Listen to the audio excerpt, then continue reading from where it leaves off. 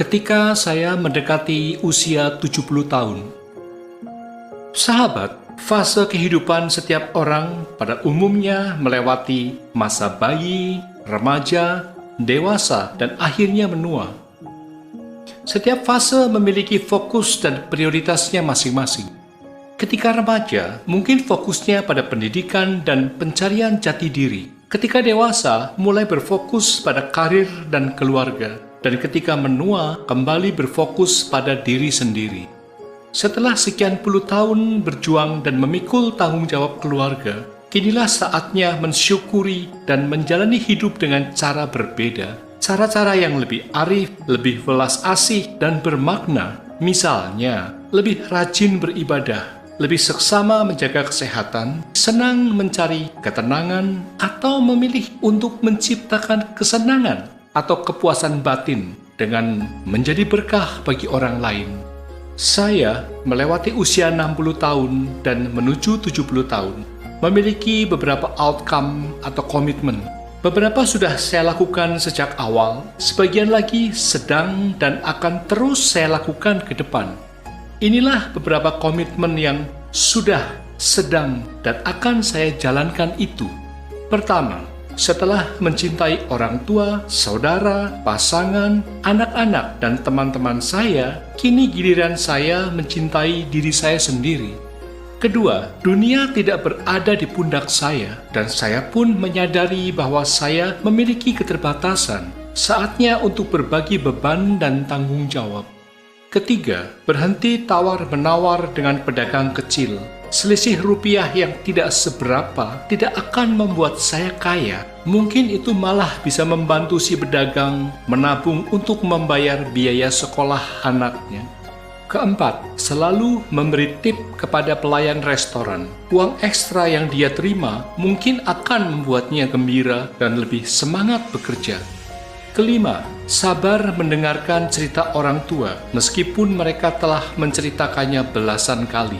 Itu dapat membantu mereka menyusuri jalan kenangan dan menghidupkan kembali masa lalunya. Keenam, tidak terusik maupun mengusik kesalahan orang lain. Tak ada manusia yang sempurna, yang luput dari kesalahan. Bagi saya, ketenangan lebih berharga ketimbang kesempurnaan. Ketujuh, memberikan pujian dengan tulus. Pujian adalah penambah suasana hati, tidak hanya bagi penerimanya, tetapi juga bagi saya sendiri. Sebaliknya, ketika saya menerima pujian, cukup mengucapkan terima kasih dan tidak perlu merasa jumawa.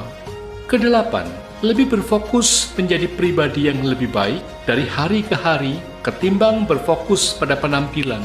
Jadi, setitik noda di baju tidak akan mampu mengusik saya. Kepribadian lebih berbicara daripada penampilan.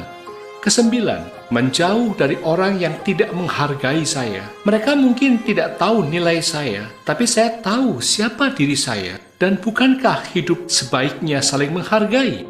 Kesepuluh, alih-alih berpikir untuk membalas dendam ketika dihina atau dizolimi orang, saya lebih memilih untuk bertahan tidak melakukan hal yang sama pada orang lain. Kesebelas, menghargai emosi saya sendiri. Saya tidak malu untuk mengekspresikan rasa sedih, gembira, kaget, takjub, dan seterusnya, karena emosi itulah yang menjadikan saya manusia seutuhnya. Kedua belas, tak perlu memiliki banyak teman, tapi tidak saling care dan menghargai. Cukup beberapa sahabat saja, namun yang bisa membuat saya merasa senang, tenang, dan bermakna. Ketiga belas, lebih baik melepaskan ego daripada memutus persahabatan. Mengutamakan ego dapat membuat saya jauh dari sahabat. Dengan menjaga persahabatan, saya tidak akan pernah sendirian. Ke-14, selalu berpikir seolah-olah ini adalah hari atau kesempatan terakhir, sehingga saya tidak menyia-nyiakannya untuk selalu melakukan kebaikan dengan cara-cara yang baik. Ke-15, saya melakukan apa saja yang membuat saya bahagia, karena sayalah yang bertanggung jawab atas kebahagiaan saya sendiri. Kebahagiaan itu pilihan, bukan? Anda bisa bahagia dengan cara apa saja dan kapan saja.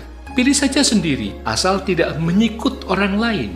Sahabat, Saya memutuskan untuk mengirimkan pesan ini kepada banyak orang tanpa harus menunggu usia saya mencapai 70 tahun. Untuk hal baik, mengapa kita tidak mempraktekannya pada tahap dan usia berapapun?